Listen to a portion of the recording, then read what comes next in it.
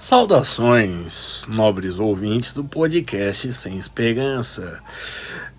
Eu falei em ocasião anterior sobre a preguiça do brasileiro em pensar e na sua delegação dessa função. Houve a briga do Elon Musk com o ministro do Supremo Federal, Alexandre de Moraes,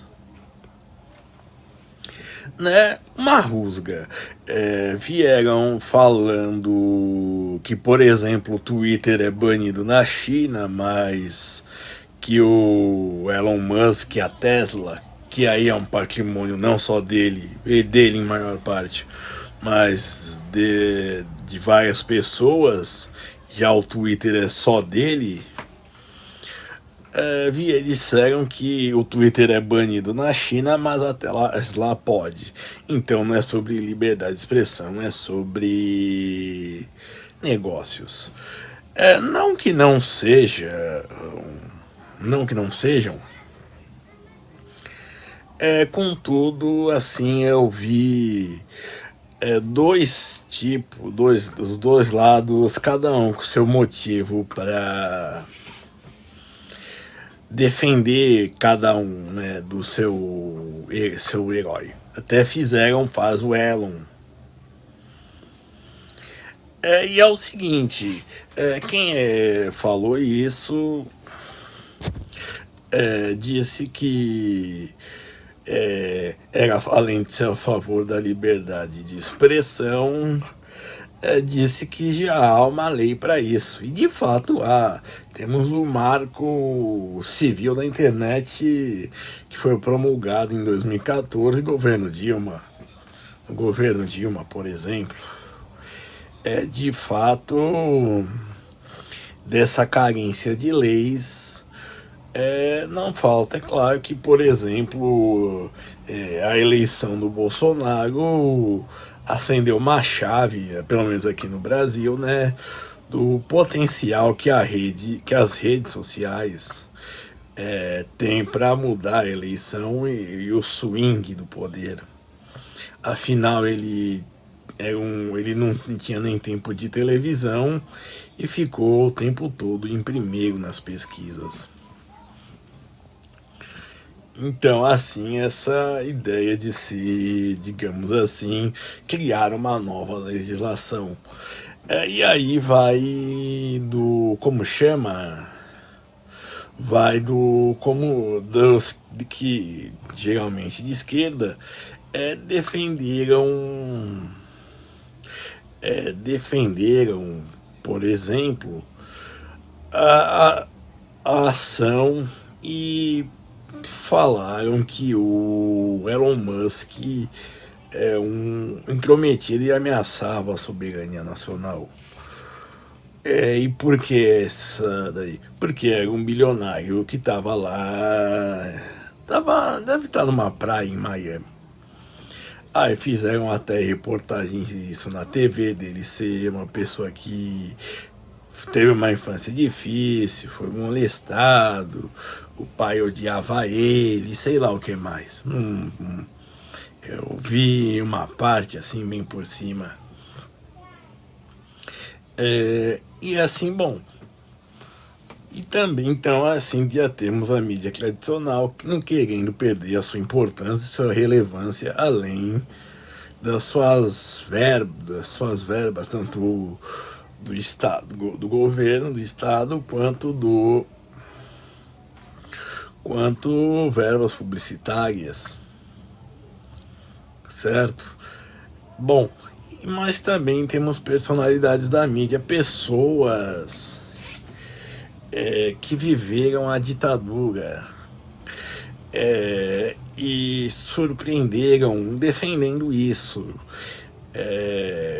dizendo assim, algo do tipo, você é um mancebo, você não sabe o que é ditadura. Isso é regulamentação. Regulamentação. E como se essa lei não houvesse não fosse um salvo-conduto para se fazer a censura. Perfeito? Então, assim, e também digamos, para defender e aí tem os argumentos para defender a democracia, soberania nacional, contra as fake news, esse projeto que acabou sendo ressuscitado, né, do grande cantor Orlando Silva. Ele, quando era cantor, era muito melhor. É, então, então o, o que acontece basicamente é nisso aonde eu entro. O brasileiro, e eu não vou me excluir disso, que eu acabei me conscientizando de certa maneira, mas apesar de achar que o Estado ainda é necessário, acredito que os políticos não devam agir de modo tão invasivo. Bom, mas voltando. Voltando. Bom, basicamente os brasileiros escolheram o seu lado. Parece que eles têm que ter um lado para se apegar. Como se eles escolhessem um irmão mais velho para digamos assim, pegar a bola para eles, né? Quando ela cai na casa da vizinha, ou então alguém toma deles, certo? E no caso civil do Elon Musk, o Elon Musk, não sei o qual a sinceridade dele de liberdade de expressão, contudo, é claro que se isso não for usado por um governo petista ou de esquerda, não precisa ser necessariamente, porque não estão pensando nunca num pós-Lula, num governo petista ou não, mas poderia ser usado como o Bolsonaro, num governo como o do Bolsonaro, ou de qualquer outro político, de qualquer lado do espectro. Por exemplo, a Raquel Sherazade declarou que ela fazia reportagens no SBT que falava que era um antigoverno, digamos assim, e o Bolsonaro ligava pedindo a demissão dela.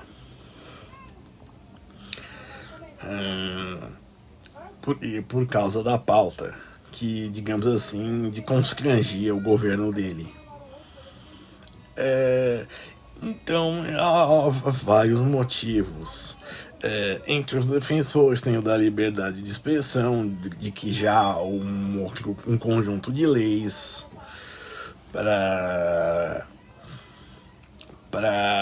como se diz, para resolver isso. E o medo de, digamos, virar uma lei Maria da Penha, que você cria uma base,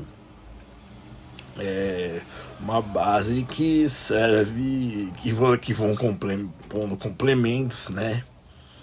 Por exemplo, o feminicídio, a pensão compensatória, socioafetiva,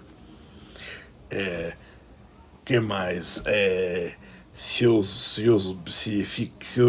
No divórcio um dos cônjuges esconder patrimônio e descobrirem, vai todo para outra parte.